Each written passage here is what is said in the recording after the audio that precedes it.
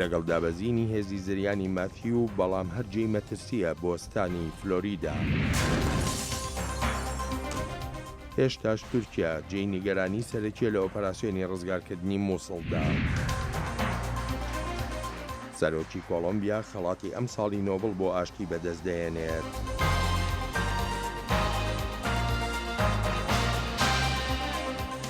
لە واشنگتنەوە کورد کۆنەکشنێکی نوێتان پێشکەش دەکرێت. ئەو بەرنامە پشکا کوردیا دەنگی ئەمریکا ڕاستەوخوا لە NRT تێواشاندن. سڵاوین گەرم. باڕۆڤان ماتیو سوست بوو و بلەزا 100 کیلومتران دەمژمێرێکیدا گەها بەراڤن ئۆستانی فلۆریدا یا ئەمریکی باڕۆڤە بوو ئەگەراگرتنا ڕەوانڕێکین باشوورە ڕۆژهەڵاتە ئەمریکا دوه پێنجشەمبووی نێزیکی 2 ملیۆن خەڵکی ئۆستانن فلۆریدا جۆرجیا کارۆلاینە یا باکوور و یا باشوور هاتبوون ئاگەهدارکردن ڕووبکن جهێن ji باڕۆڤێ پاراستî. هێزا باهوزا ماتیو کێمبوو گەهشتە پلاسیە دیگەلبایەکی قایم بلەزیا 100 کیلومتران دهر دەمژمێرێکێدا شارەزایên keş û hewa bawer dikin bahuza Matthew bi çi aliyeka rûjhelata kenarê Amerîkada biçit wê wêraniyeka mezin digelxwebînit û bi taybet eger bi heman riyan niha berew hişkatiya Florîda bêt. Em hêvîdarin berhalî bandora wê zor xirab nebe. Lê divê me nexşeyek bo xirabtirînek hebe û ev aya ya gompêra dibin. Ajansa Federalya Pirêvebirna qeyranan karmend û alîkarî hinartine deverên nêzik da amade bin bû bersivên lezgîn eger daxwaz ji aliyê karbidestên xwe cihî li wan hate kirin. Karbidestên wîlayetan fermana valakirina deverên berkenarê deryayê dan û hûjdarî dan ew ê dernekevit wê rêprî metirsiya mirinê bibit. Vê bûyerê ji dil werbigirin. Eger daxwazê ji we hate kirin, vî cihî vala bikin divê derkevin. Geştên asmanî hatine helweşandin. Firokexana Başûrê Florîda hate daxistin û bandor li ser hatneçûna rêvingên wîlayetên nêzik diket. Geşta me hemî hate helweşandin. Ez bawer dikim em asê bûyn. Em ji Philadelphia deçîne San Diego. Em naçîne Miami. Wizareta Berevaniya Amerîka Pentagon dibêjitin ew çavdêriya bahuza Matthew dikin û ew amade ne serbaza pinêrin eger pêdivî bit. Her wesa alîkariya welatên dî dikin ew ên keftîne ber ziyana bahûzê. Di bersivdana bandora bahûzê li ser welatên Karîbî û daxwaza Ajansa Geşepêdana Nêfnetewî ya Amerîka, daxwaz ji fermandariya hêzên başûrên Amerîka hat kirin, alîkariyên mirovanî bi bihayê 11 milyon dolaran zêdetir bikin bû xwarin, vexwarin û vegihastinê. Hayêtî ku hejartirîn welatê cîhaniyê keftiye ber bahûzê û li gor hikûmetê bi kêmî ve 300 kesan jiyana xwe ji dest da û bawerî heye hijmara qurbaniyan zêdetir bibit. Netewên êgirtî da zanîn nêzîkî 6 milyon welatiyên Hayêtî keftîne ber ziyana bahûzê ku 350,000 kes pêdivî bi alîkariyên lezgînin. Xalid Fettah, Dengê Amerîka. هاوکاتی ئامادەکاریەکان بۆ ئۆپەراسیۆنە چاوەڕوانکراوەکەی ڕزگارکردنی مووسڵ وەک پامنێری دەنگی ئەمریکا لە بەغداد دەڵێ هێشتاش ڕۆڵی تورکیا مایەی نیگەرانیەکی سەرەکیە لەم ئۆپەراسیۆنەی دژی تێرۆریستانی دەوڵەتی ئیسلامی دەکرێت. حکوومەتی نێوەندی عێراق داوای لە ئەنجومەنی ئاسایشی نەتەوە یەکگرتوەکان کردووە تا وەک بەغدا باسی دەکا پێشێلکاریەکانی تورکیا لە ناو خاچی وڵاتەکەیدا ڕابگرێت. ئامادەکاری ئازادکردنی مووسڵ بەرەو نێزیک بووندا دەڕوانێ و هێزەکانی سوپای عێراقی و هێزەکانی پێشمەرگە و ڕاوێژکارانی هاوپەیمانان لە جومەجۆڵی نەخشەدانانی ئازادکردنی مووسڵدان. لەم بارەوە کۆبوونەوەی ڕێکەوتنی ئۆپەراسیۆنی میدیایی لە بەغداد دەستی پێکرد. هاوپەیمانەتی نێودەوڵەتی پێکهاتووە لە وەزارەتی بەرگری عێراقی فیدراڵ و هێزەکانی و هەروەها وەزارەتی پێشمەرگە و ئەوەشمان لەبیر نەچێکە هاوپەیمانەتی نێودەوڵەتی بە شێوازێکی کە سەپۆرتی ئەو هێزانە دەکات. بێگومان ئەوانەی کە ئەو لایەنە بەشداربووانەی کە لە لیژنەی ئۆپەراسیۆنی میدیایی بوونیان هەیە ئەوانە بەشدار دەبن لە ئۆپەراسیۆنی ئازادکردنی نینەوە. ئامادەکاری هێزەکانی سوپای عێراق و هێزەکانی پێشمەرگە گەیشتۆتە ئەو ئاستەی کە لە چەند ڕۆژی داهاتوو ئۆپەراسیۆنی سەربازی دەست پێ بکە. قيادة عمليات مشتركة. فەرماندەی هێزە هاوبەشەکان ئامادەکاریەکانیان بۆ ڕزگارکردنی شاری مووسڵ تەواو کردووە. پشت بە هێزدان هەڵمەتی گرتنەوەی مووسڵ بەم زوانە دەست پێ دەکات بە هاوبەشی هێزە لەشکریەکانی عێراق و بە پاڵپشتی هێزی پێشمەرگە و هەروەها ڕۆڵەکانی عشایەرەکان لە نێو حەجی شعبیدا ئەوانیش ڕۆڵیان دەبێت هەروەها پۆلیسی نینەوەش پشت بە پەروەردگار هەڵمەتی ڕزگارکردنی مووسڵ لە ئایندێکی نزیکدا دەست پێ دەکات. سەبارەت بە بەشداریکردنی هێزەکانی تورکیا لە ئۆپراسیۆنی ئازادکردنی مووسڵ ڕاوێژکارانی هێزەکانی هاوپەیمانان ڕایانگەیان کە تورکیا بەشێک نییە لە هێزەکانی هاوپەیمانان تەنانەت حکوومەتی عێراق توانای بڕیاری بەشدارکردنیان پێدەدا یا بە پێچەوانە. هێزەکانی تورکیا ئەوانەی لە نزیک باشیقان وەک هەوڵێکی نیشتیمانین بەڵام بەشێک نین لە هەوڵەکانی هاوپەیمانی نێونەتەوەی. هەڵوێستی هاوپەیمانانی نێونەتەوەی ئەوەیە کار هێزێک دێتە نێو عێراقەوە بۆ شەڕکردن لە دژی تیرۆریزم دەبێت بە هاو ئاهەنگی و ڕەزامەندی حکوومەتی عێراقی بێت. من دەزانم کە هەوڵێکی دیبلۆماتی هەیە بۆ یەکلاییکردنەوەی ئەم لێک تێنەگەیشتنە و ئێمە هانی بەردەوامی ئەو هەوڵانە بۆ ئەو مەبەستە دەدەین. پلانی داڕشتنی ئازادکردنی مووسڵ لە بەغدادا دەڕێژێ و هێزەکانی هاوپەیمانان و هێزەکانی سوپای عێراقی و هێزەکانی پێشمەرگەی کوردستان نەخشەی شەڕی مووسڵیان دیار کردووە. لێکۆڵینەوەکانی ئەم کۆبوونەوانەش وا دەوترێتن کەوا کۆتایی پێهاتنی ڕێکخراوی داعشە. سڵابامەڕی دەنج ئەمریکا بەغدا. هەفتە میوان پەیامان وەزیری دەرەوەی تورکیا مەڤلود چاوش ئۆگلۆ دەبێژتن بەشداریە ملیتانên شیعە دە ئۆپراسیۆنا دەرخستنا داعشدا ji bajarê Mosulê aştiyê bi dest ve nayîne. Wezîrê Tirkiyê got beşdariya hêzên ku Tirkiya rahênan buwan kiriye li kampê Başîkê giring e ji bo serketina operasyona rizgarkirina bajêr. Birêz Çavuşoglu digel wezîrê derveyê İspanya li Enkerê ji bo rojnamavana diaxift û got bi beşdariya militanên şî'a ji derve hevdemê nafokiyên tîreyî û hiştina wan di Mosulê de aştiyê peyda nake. Berovajî li demekî dirêj dê kêşeyên deverê bi berdewamî xirabtir lê bikin. Serbazên Iraqê amadekariyan dikin ji bo derxistina Komala Dewleta İslamî Daeş ji bajarê Mosulê wekû tê ragihandin. Karbidestên hêzên hevpeymanan dibêjin 45,000 serbaz divên di bajar de bimînin piştî bajar bêta rizgarkirin ji bo ewlehiyê. Peyamnêra dengê Amerîka li Pentagon rapor dike ku renga du heftiyên dahatî operasyona girtina nîva bajir dest pê bike helbet piştî ku hêzên Iraqê rahênana xwe ya dawî bi dawî dînin. 12 لیوایên leşkerê Iraqî her yek nêvbera 800 heta 1600 leşkeran hîndarî dikin Mosula ku bajarê herî navdara li Iraqê li jêr destê Daişê rizgar bikin. Pispor pêşbînî dikin ku hêza mezin ku ya bi piştgiriya êrişên asmaniyên koalîsyonê dûra 3000 heta 5000 çekdarên Daişê yên li nav bajarî bikin armanc. ئەوە باشتر ji heft caran bi serkevî 10 caran serkeftin e. Nabe em derfetê bideyên wan serkeftinên mezin dê alîkariya mekin. Kar bi dest dibêjin hindek leşkerên Iraqî du heftiyên din hîndarî pêdiviye bû xwe amade kirine. Van leşkeran li hindek deverên din li welatî şer kirine. Ev rahênan ji bo başkirina şiyanên çekdaran e û fêrkirina wan ya alavûçekan. Koalîsyon piştrast e ku şikestinekê mezin li Mosulê li pêş Daişe. Kar bi destekê koalîsyonê dibêje hêzekê ku bi 30,000 heta 45,000 leşkeran pêk dê piştî şerî li nav û dûra bajarî bimînin heta Daeş nezivrin ve. Ev leşkerê xwecihîn e. Ev jî ya herî giring e bû serkeftinê. Taybet bû azadkirina Mosulê û xelkê wê divêt kesên dever û derdûra wê bin. Polîsê parêzgehanî nawa û leşkerê navxwe dê deverê nav bajarî parêzin. Hêzên nexwecihî dê di operasyona rizgarkirina Mosulê da cih bigirin lê ew bez deverên dervey bajarê Mosulê biparêzin. جارێکی تریش وەزیری دەرەوەی رووسیا هێرش دەکاتە سەر وڵاتەیە گرتوەکانی ئەمریکا لەسەر شکستی ئاگربەست لە سووریا. سێرگێ لاڤرۆڤ دەڵێت ئەمریکا نەیتوانی وابەستە بێ بە ڕێککەوتنی ئاگربەست چونکە یەکێک لە بەندەکانی ئاگربەست کشانەوەی هێزەکانی ئۆپۆزیسیۆن بووە لە شاری حەڵەب. ئەم ڕاگەیانەی لاڤرۆڤ لە میانەی کۆنفرانسێکی هاوبەشی ڕۆژنامەوانیدا بوو لە مۆسکۆ لەگەڵ وەزیری دەرەوەی فەڕەنسا. پێشتر ئەمریکا کۆتایی هێنا بە دانوستانەکانی سەبارەت بە سووریان وەک وەزارەتی دەرەوەی ئەمریکا دەڵێ مۆسکۆ وابەستەی ئاگربەست نەبووە. کۆلاتیا سکسی تۆڕ و تبعێکی نەمرۆڤانی سەردەمێن کەون و کۆمەڵە دەوڵەتە ئیسلامی داعش ڤژاندیێڤە بالا جیهانێ ڕاکێشە لێ هێشتا کاری پێتیڤی نەهاتیەکردن بۆ جزاکردنا تاوانباران لە دەمێک و داعش ڕەوایی دەدا تاوانە سەبیکردنا کچین ئیزدیان پانێلێکی شارەزیان لە پەیمانگەها ئەمریکی ji بۆ ئاشتیە داخواز دکە قوربانی وەکە قوربانین تیرۆرێ بێن ناسکردن نە یەن کۆلاتیا سەکسی.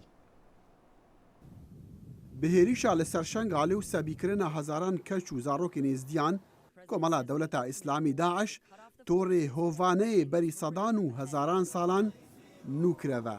ئەف ترادیسیۆنە کو هەنێک بنەمایەن ئۆلی هەنا داعش bi mafê xwe zaniye û rawayiyê didetê lê civaka nêfneteweyî weka tawana li qelem dide. Panêlekê lê Enstîtuya Emerîkî ji bo aştiyê li Washington daxwaz kir şermezarkirina tawanên sebîkirin û koletiya siksiyên Daeş veguhêzin qonaxa kiryaran. Birêveberê bernama Rojhilata Navîn li vê navendê Serheng Hemed Seîd got kolatiya seksî û genosayd bi Daeş destpê nekiriye û bi wêna jî bi dumahî nahêtin.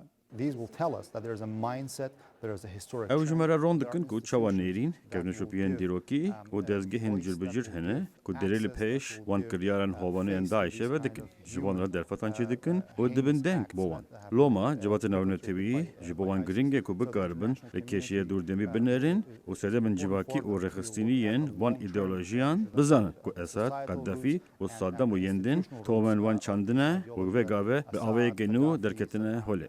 Eçked her salî ji xwe re birin hetanekî pîraka birin jin birin jinên mêr birin bi xwedê. Daeş tawanên koletiya seksî li dijî êzdiyan encam dan û bi rêka mîdyaya civakî keçin wan danan bazarên firotinê bi mebesta wêrankirina civaka wan ya nemusilman. Digel wêna jî lê kolerên netewênîgirtî dibêjin berpirsyarkirina tawanbaran di rêka sistemê dadweriya nêfneteweyî da rawestiyaye. Wextê dadin herekê keçikeke xwed kirîn keçik birin ixtisabet kirin. Tevgera balyoza nuh destnîşankiriya netewênêgirtî bo Niyazpakiyê Nadia Murad yek ji qurbaniyên koletiya seksiyê bi mebesta gihandina tawanbaraya li pêşdadgehan. وفي تلك الليلة السوداء فعلها. Zeynep Bangura bi rêvebera kampêna netewênêgirtî li dijî tundûtîjiyên seksî got dema em behsê tîrorîzmê dikîn em hizra kuştin û revandinê dikîn ne derdê wan jinên di destê tîroristan de. Jin bi taybet bûyne armanc ji ber ku jinin bo kiryarê seksî wek kole hatine firotin. Ew bûyne rehînên tawankariyê ku hevjînên wan dikin. Vêca bêguman jin qurbaniyê serekê terorîzmê ne. Şarezayekî zankoya Georgetown gote amadebûyên Enstîtuya Aştiyê li Washington ji bo ev qurbanî û civakên wan vî derdî ji bîr bikin şerê çekdarî li dijî Daeş nebese. Lê di heman demê de jî divê hûn hezir bikin ku çalekiyên koletiya seksî ji holê rakîn. Dema hûn dijî tundûtijiyê kar dikin, divê hûn hin alternatîv ava bikin. Bi taybetî armançkirina mirovan rêkekî hovane ye û ev beşekî zordariya ya terora derûnî ye. Zêdegaviyên seksî li dijî xaniman ji aliyê grûpên radîkalên İslamî ve bala cîhanê rakêşaya. Lê her demê ew xanimên bêguneh weka qurbaniyên tîrorê hatin naskirin ne qurbaniyên seksî, wî demî cîhan wê qonaxa şermezarkirinê derbas bike û pêngav ji bo cizakirina tawanbaran dest pê bikin. ساڵانەش وەک مەزەندە کراوە 800,000 ژن و منداڵ لە سەرانسەری جیهاندا وەک کۆیلەی سێکسی بەکاردەهێنرێن. لەم چەند ساڵی ڕابردووشدا ڕێکخراوە تێرۆریستیەکانیش ئەم جۆرە کۆیلایەتیکردنیان خستۆتە خزمەتی خۆیانەوە. بەڵام زەینەب بەنگورا نوێنەری تایبەتی سکرتێری گشتی UN دەڵێت ئەو کچانەی لە شەڕی دژی تێرۆردا ڕفێندراون بە قوربانی کۆیلایەتی سێکسی دانانرێن بەڵکو قوربانی دەستی تێرۆریزمن. ڕۆزا حسین نووسەر و لێکۆڵەر ڕاستەخۆ لە نەرویژەوە لەگەڵ کورد کۆنێکشنە ڕۆزە خانم سوپاس بۆ ئامادەبوونت. یەکەم پرسیاریشمەوەیە ئایا دەکرێت ئەوەی تێرۆریستانی دەوڵەتی ئیسلامی بەرامبەر ژنان و کچان دەیکەن ئەوانەی ڕفاندویانن لە کۆیلایەتی سێکسی یان بازرگانیکردن بە مرۆڤەوە جیا بکرێتەوە؟ ڕاستەکەی ئەوە ناکرێت بۆ شێوەیە جیا بکرێتەوە لە کۆیلایەتی سەکسی چونکە ڕاستە نەهێشتنی تیرۆر زەمینەیەک بۆ کۆیلایەتی سێکسی کەمەکاتەوە بەڵام لەگەڵ ئەوشە ئەمە خۆی لە خۆیان کۆیلایەتی سێکسیە چونکە هێرشە بۆ سەر کەرامەتی کەسانێک لەسەر ئەساسی ئەو ڕوانگە کەمەی کە بۆ ژن هەیە لە تێۆلۆژیای ئیسلامە. بەڵێنی بەڕای جەنابە کۆتایی هێنان بە تێرۆریزم ناکرێت وەکو دەواازەیەک بۆ کۆتایی هێنان بە کۆیلایەتی سێکسی لێک بدرێتەوە؟ قسەیتیانە کەمکردنەوە و نەهێشتنی تیرۆریزم زەمینەی سێکسوال سلێڤەری کۆیلایەتی سەکسیش کەم دەکاتەوە بەڵام ئەمە مانایەوە نیە لە قزی کچانی یەزیدیا هەڵەیە بەو شێوەیە بڵین ئەمانە قوربانی تیرۆرن چکە ئەمانە قوربانینی چێڕوانینێکی کەرەستەیی ناو ئاینێکن بۆ ئینسانی ژن. ئەلێرەوەیە کە کاتێک داعش کۆیلایەتی سەکسی بەرامبەر کچە یەزیدیەکان پیاداکە هەم زۆر دۆزەکە بە جددی وەرناگیرێ هەمیش بەڕادەیەکی زۆر بەرفراوانە چێتە پێشەوە. بەڕای جەنابە پاشخانی کامیان زیاتر کاریگەری هەیە بەسەر دیاردەی کۆیلایەتی سێکسیەوە پاشخانێکی ئاینی یا کۆمەڵایەتی؟ ئەگەر داعش ئەو تەبریرە تیۆلۆژی ئەو پاساوە تیۆلۆژی نەبووە لە ئاینی ئیسلامایە لە مێژووی تیۆلۆژیای ئیسلامە کە مەسەلەیەوەی کە سەبیە ڕێگە پێدراوە مەسەلەیەوەی کە ژن وەک کەرەستەیەکی جنس سەیرەکرێ بەو ئاسانیە ناکرا ئەوەی بەرامبەر کچە یەزیدیەکان کرا بڕاتە پێشەوە بەو ئاسانیش بێدەنگەی لێ ناکرا تا ئەو ڕادەی کە ئەو ترێ بۆ نمونە شەڕکردن لەگەڵ تیرۆر ئیتر خۆی لە خۆیان کۆتایی بەوە ئاهێنێ. ئەکرێ پێ بڵێ لەگەڵ ئەو هەموو هەوڵانەی کە دەدرێن بۆ نەهێشتنی ئەم دیاردەیە یاخو کەمکردنەوەی ئەم دیاردەیە بە ڕێژەیەکی بەرچاو بەڵام هێشتا ئەم دیاردەیە بوونی هەیە هۆکارەکەی بۆچی دەگەڕێنیتەوە بێ لەوەش حەزەکەم بزانم چ شتێک دەبێتە هەنگاوێکی کاریگەر بۆ کەمکردنەوەی ئەم دیاردەیە لە جیهانە؟ کۆیلایەتی سێکسی چەندین جۆری هەیە لە هەر بوارێکا و ئەبێ هەنگاوێکی جیای بۆ هەڵبگیرێ لەوەی کە بۆ نمونە هەبوونی هەژاری و بێپارەیی لە خێزان و کەسوکاری و مناڵانەیە ئەو کچانەیە کە ئەبرێن و کۆیلایەتی سێکسیان پێوکە کڕین و فرۆشتنیان پێواکرێ ئەگەر دیقەتی بۆ نمونە شوێنێکی وەک سووریا بدەین کەم نینە و کچە مناڵانەی کە لە سووریاوە ئەبرێن لە لوبنانە بۆ نمونە کڕین و فرۆشتنیان پێواکرێەوە ژمارەیەکی زۆر زۆر زیاترە لەوەی کە لە ژیانی ڕۆژانەیە لە میدیاکانەوە جۆمان لێ بێن لە نەتیجەوەی کەسوکاریان تووشی ئاوارەی و شەڕێکی زۆر بوون و ناتوانن لە ڕووی مادیەوە سەرپەرشتیان بکەن و یان بەخێویان بکەن بە معنایەکیان خۆیان بۆ ئەوەی یارمەتی خێزانەکانیان بن ئەچن پەنابێنە بەرەوەی کە قبوڵەکەن بەوەی ژیانێک سەرەتا کچێکی مناڵە بە پیاوێکی پیرەفرۆشی و دوایی ئەبرێت ئەم کڕین و فرۆشتنێ پێوەکە بەڕای من تێکەڵکردنی قەزیە کچانی یەزیدی لەگەڵ مەسلەی کۆیلایەتی سێکسی ئەوانی تەنانەت کڕین و فرۆشتنیشیان پێواکرێ فەرقێکی زۆری هەیە چکە ئەگەر تۆ سەیرگەی ئەوەی کچانی یەزیدی بۆ نمونە فرۆشتنەکەیان زیاتر مەبەستە سەرەکیەکە مەبەستی اقتصادەکە نییە مەبەستی قازانجە مادیەکە نییە لێیان ئەوەندەی مەبەستی بەکارهێنانیانە وەک کۆیلەیەکی جنس وەکەوەی حەزی جنسی خۆیان مەجموعەیەک کەسی سەرسەری مەبەستمەکە و معنایە بەکارێنم ئەکەونەیەک و بە تەبریرێکی مۆراڵی دینیەوە دێن لە کۆمەلگایە ئەمە ئەوشتانە مەمنوعەکەن کە حەزی ئینسان بۆی ئەجوڵە بۆ نمونە پەیوەندی سێکسی بۆ نمونە تێکەڵبوونی کچ و کوڕ هەموو ئەمانە لەسەرەوە ئەڵەن مەمنوع ئەو نابێ بکرێت بەس لە ژێری شەو خۆیان هەڵەسن کاتێک کچە یەزیدیەکانیان دەستەکەوێت جوانترینەکانیان بۆ خۆیان لەبن و دوای ئەوانەی کە خۆیان لەیان تێر بوون بە معنای خۆیان ئەیان کەنە کۆیلەی فرۆشتن. ڕۆزەخان ئەگەر زۆر بە کورتی پێم بڵێ کۆمەلگا دەتوانێت چی بکە بۆ ڕەتکردنەوەی ئەم دیاردەیە؟ کاری گرنگ کە بکرێت لە بواری پەروەردەوە ئەکرێت دەست پێ بکرێت کە هەر لە سەرتاوە ئینسان خێری ئەوە بکرێت کە تێڕوانینێکی جیاتری بۆ جستەی بەرامبەرەکەی هەبێ ئەیتر چپۆرچکچ ئەوەی کە ئەم کەسش ئینتگریتی خۆی هەرمی خۆی هەیە لە چواردەوری خۆی تۆ بە ئاسانی نەتوانی دەستی بۆ بەریت و بیشکێنی ئالێرەوە دروستکردنی جۆرە تاکێک دروستە بێت کە تەنانەت لە کاتی شەڕەکانیشە بە ئاسانی ئەم کەسانە دەست بۆ تەجاوزکردنە سەر جەستەیە و کەسانی تر نابن کە بەداخەڵی هەرە زۆریان ژنانە. ڕۆزە خانم زۆر سپاس دەکەم. شانینە سپاس بۆیەوەش. سپاس.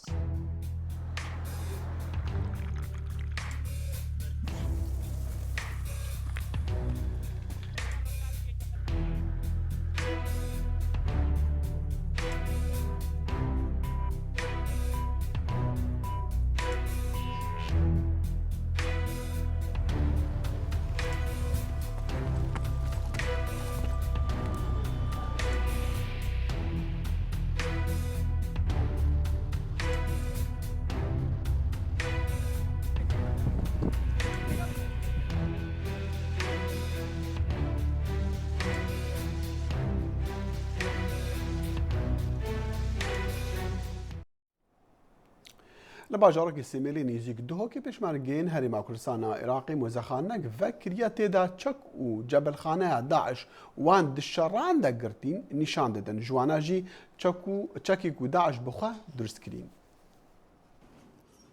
سریا هەندەسا دهۆکê serbihêza piştîwaniya yek ya hêzên pêşmergeyî rabûyne vekirina mozexanekê ku ji çendîn kelopelên çekdarên dewleta İslamî pêk têtin wekû kemerên xokûj û gelek corên mîn û teqemeniyên destkirdên çekdarên Daeş û hinek ji parçên cilobergên wan her wesa çendîn name û pertokên dewleta İslamî. اف کارشی ما یکی رش بوی هنده خلکی ما پاراستی بی و جورا تقامنیا ببینید و بزنید هر جوره کش با تقامنیا کاچ ضرر آخو هیا و کی ده بینید که دست کاریت دانه کرد و کشمرگی ما ببینید یه پاراستی بید جبوی هنده ما ببینید بو مفاهی بو خلکی ما گیت خلکی ما من ما قلق دشتید ما تلفونی دی تحت ما دبی رو گری ما تلفونی دبی اینو تلفون ما سر اینو پشتین کی دعاشی تلفون بوی رقم گیری ابو ما وصفت كيف تلفونه بكري ما تلفون دفنا بو او کسی هزر ده اوه موزخانه دا کری وصا بو دنگ امریکا دیار کت کو بو رایا گشتی دیار کن که داعش چند تاوان بسر هیزن پیشمرگی انجام داینه ده همان دم دا اف موزخانه بیت میجو یک بو جیلن دهاتی ما افزرش قرتشتي ديج ما بينن مثلا جلكت وانا مثلا جلكت وايد قناصي انا قلت تشتن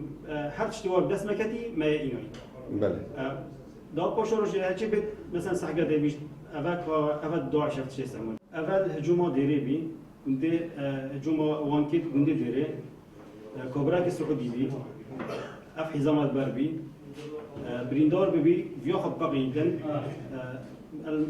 سپاس به خودی نشو خب بقیدن جماعت ما گشنه روید خالد جیوکر و یایل هجی گوتنه یکو ده اوه موزخانه دا پرانیا چکین دستکردن دولتا اسلامی هاتینه نمایش کرن زیده باری چک کلور هر وصاف فیلن داعش ده دم چاندنا مینان دا وکو گریدانا مینه بیارین زارویان و یان آمانین خوارنه و هر وصاد هیتا پیشبینی کرن که اف موزخانه برفره بید وکو موزخانه نیف دولتی بهتا نیاسین کاوا عمر دنگ امریکا قزا سمیل دوابە دوایی یەکەم دیبیتی نێوان کاندیدەکان بۆ پۆستی جێگری سەرۆکی ئەمریکا جارێکی تریش سەرنجەکان وان لەسەر دووەم دیبەی دیان گفتوگۆی تەنبەتەنی نێوان هەردوو کاندید بۆ پۆستی سەرۆکایەتی ئەمریکا هەلەری کلنتن دۆناڵد ترامپ کە بڕیارە ئەم ڕۆژی یەکشەمەی دادێت لە سانت لویس لە ئەستانی میزۆری بکرێ وەک دەگوترێ ترامپ پشتێکی زۆری بەم دیبەیتەی یەکشەمە بەستووە. لەگۆر پسپۆر و لە پرسنên dawî berendamê cigrê serokatiyê ji Partiya Komarî Mike Pence di yekem û dawî gotûbêj de hevrikê xwe ya Demokrat Tim Kaine têk pir. Li di not deqeyê de Tim Kaine kariye daxaftinê xwe de balê bikişine li ser berbijarê serokatiya Amerîkî Donald Trump. Tu nikarib kesekî re kar bike wekû serokê got binirêzî li ser her grûpekî diaxive. Ez bawer nakim got fermandar Pence wê berevaniyê ber vê hilmetê de bike ya got binirêzgirtin tê meşandin got Donald Trump serkêşiya wê dike. Pir caran Pence gotinên Kim Kaynê li ser Trump paşguh kir û balê kişan li ser Hillary Clinton. Rewşa îroya Sûriyê ya ku em saet bi saet dişûpînîn encama siyaseta ji derve ye. Encama siyaseta ji derve ya lawas ya ku Hillary Clinton pêşberiya wê dike û afirandî. Analîst Austin Hart dibêje di gotbêja berbijarên cigrî serokatî ne mimkin e ku fikrên bijaran biguhere. Ez bawer dikim demokrat ji bikarînana hinek hişkatiye dijî Trumpê hez dikin û ez bawer dikim dê komarî ji aramiya fermandar Pence hez bikin. Niha çavan li duyemîn gotbêja berbijarên serokatiyê ku di roja yekşemê ye, Trump ji niha bi şeveyekî tund êrişî Hillary Clinton dike û bi hinekan bi nexweşbûna Clinton dike. Divê Hillary hember gelek tiştan têkoşîne bide. Li ew nikare 5 metre heta otomobîla xwe bimeşe. Mala min e. Gotbêja yekê hilbijartina serokatî di Hillary Clinton hevrikê wê ye komarîdana Trump têk bir û di gotbêja di do de divê Clinton behsa yekitî bike. Bi nêrîna min em gelekî mezin û eger em hev re kar bikin di salên bihêd de em dê hêşxortir bibîn. Akademisyen Matthew Dalek dibêje di gotbêja di do vê derfetê bide Trump bû ku were ser xwe. Eger ew cavên xwe xurtir bike û zanyariya xwe pêşvetir be û wek şaşî derdora xwe nenêre belkî ev axaftina wî ji axaftina pêşiyan cudatir bibe. Lê şirovekarê mehefezekar Fred Barnes dibêje divê ku di gotbêjê de Trump biçekî hay ji xwe û gotinên xwe hebe li ser Twitterê êrişî rexnegirên xwe neke. Bi gotinên zêde Trump ji siyaseta partiya xwe dûr dikeve. Di gotbêja berandemên serokatî Amerîkî ya roja yekşemê de vê Clinton û Trump pirsên moderatör û bijaran bibersivîne. Piştî sê salên dabirînê ji perwerdeyê zarokên min bi ji vedgerina jorên xwendinê Hêzên Sûriya Demokrat ew bajar ji destê Daeş derxist û hewl didin yan hewla vegerandina jiyana edetiya xelkê wê didin. Dema goçakdarên Daişê bajarê min bijê xistin bin kontrola xwe tevahî dibistanên min bijê girtin. Tenê çend dibistan hîştin da gotê da perwerdeya xwe ya radîkal lê bêxandin. Kesên got Daeş ew digirtin berê wan didana wan dibistanan û di perwerdeyeke olî ra derbas dibûn. Demê ew derbas bûn wan hemî dibistan girtin. û xwendin qedexe kirin. Wan hindek dibistan kirin dadgeh û navenda çekan. Wan hewl da zarokan fêr bikin lê ez neçûm û bawerim gelek kesên din jî neçûn. Piştî got Meclisa Leşgeriya min bijê herêma min bijê rizgar kir û radestî Meclisa Sîvîl a min bijê kir ji aliyê xwe ve Meclisa Sîvîl dest bi avakirina dibistanan kir piştî got gelek civîn ji mamosteyên ra li dar xist û mamoste li hev anîn. Lê perwerde li bajarê min bijê rastî gelek astengiyan tê. Supaj bi Xwedê dibistan car dî vebûn û zarok vegeriyan cihên xwe. Lê gelek pirsgirêkên me hene. Ya yekê ew e ku mînhaca xwandinê nîne, ya duê xwendekar ev 3 sala ji xwandinê dûr ketine, ya siyan jî mamostanînin bi tenê du sê mamosta hene. Piştî ku rêxistina Daeş bajarê min bijê kontrol kir piraniya dibistanên wê ji xwe ra kirin navend. û piştî ku encûmena leşgeriya min bijê bi alîkariya Hêzên Sûriya Demokratîk kontrola xwe vegerandin ser bajêr piraniya dibistana niha deriyê xwe vedikin li pêş şagirtan.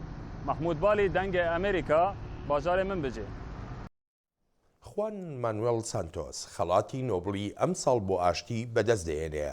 Em xelataş wek Komîteyê Xelatî Nobel دەڵێت بەهۆی هەوڵەکانیەتی بۆ کۆتایی هێنان بە 50 ساڵی شەڕی ناوخۆی وڵاتەکەی کە تا ئێستا زیاتر لە 200,000 کەس لەم شەڕەدا گیانیان لەدەستداوە.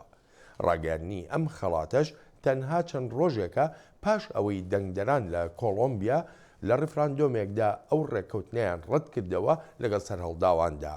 کۆمیتەی خەڵاتی نۆبڵیش دەڵێ ڕەتکردنەوەی ڕێککەوتنەکە بە مانای کۆتایی هاتنی پرۆسەی ئاشتی نییە لەو وڵاتەدا. هەلبەت پیرۆزباهی ji بۆ هەلبرێ خەڵاتی نۆبلی ئاشتی نو گەڵک کاندید بانن هەبوون گەلک شانس هەبوون. یەکێک لەوانە خانمی کورد نادیە موراد وەزیرە دەرەوەی ئەمریکا بەڵێ هەروە پێشنیازی لەگەڵ محەممەد جاواد زەریف بەیەکەوە خەڵاتەکە باوەبەشی وەرگرن بەڵام خەڵات درا بە سەرۆکی کۆڵۆمبیا بەوەی ئەو ڕێککەوتنی ئاشتی دوای 50 ساڵ مۆری کرد. بەێ و بێچەندێژی ئەمتەین داویە بەرنامە کورد کۆنەکشنە ئیرۆ هاتا ڕۆژا سێشەمە هیڤیا خۆشی و شادی ژوەڕا دەکەین و شەڕۆ ڕۆژن وە بمینین خۆش خدا حافظ هەر شاد بن.